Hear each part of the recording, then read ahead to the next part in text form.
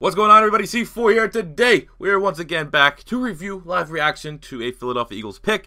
And at pick 30 in the 4th round, where I was just praying for Shaquem Griffith, we got out and got best player available, I would guarantee, on their board. And we selected Josh Sweat, defensive end from Florida State.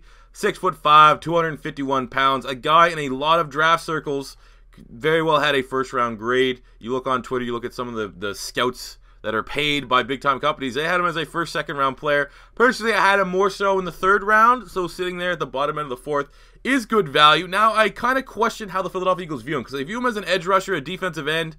I mean, yes, best player available. Yes, long-term game. We don't know right now what the future is with Brandon Graham's contract. We have Michael Bennett on a short-term deal. So, ultimately we may still need more guys at defensive end long-term because, Josh Sweat is coming off a knee injury. That's the reason why he probably slipped as far as he did. Maybe some people don't trust the medical. But I'm kind of thinking maybe the Eagles view him as an outside linebacker, a guy that they can come in and rush the passer from there. He ran a 4.53 40, almost a 40-inch vertical. Just an unbelievable athlete. If you're ranking all of the pure athletes in this year's draft class, he probably is a top 10 athlete in that standpoint. So when you see that, they may view him as an outside linebacker, but if they do view him as a defensive end, I understand best player available, and a lot of times when you come out and critique best player available, when you clearly, if you're looking at the Eagles, maybe you say wide receiver, maybe you say offensive tackle with Tyrell Crosby on the board, maybe you're a homer like myself, and say maybe get my boy Shaquem Griffith at linebacker, or maybe you look at a safety, and when you have those needs and you go just get a defensive end where we're incredibly strong, it's easy to kind of hate that pick right away because just like, why did we go there? And initially, I was a little confused.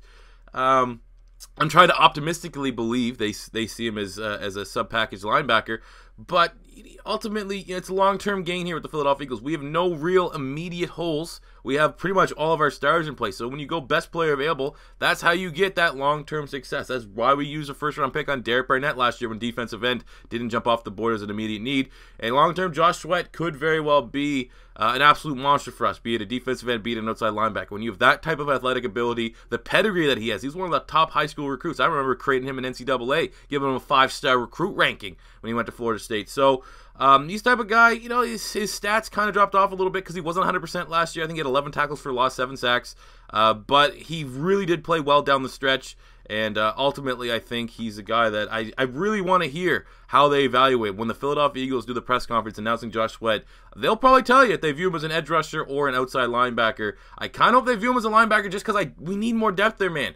I've already said on Twitter, I think Corey Nelson, the linebacker we got from the Denver Broncos, could very well be this year's Nigel Bradham. When the Philadelphia Eagles signed Nigel Bradham from the Buffalo Bills in free agency, not a lot of people were talking about it, but I was like, man, I remember Nigel Bradham at Florida State. This guy's going to be really, really good for the Philadelphia Eagles. And look what happened. He became pretty much our best linebacker last year, got a nice fat contract.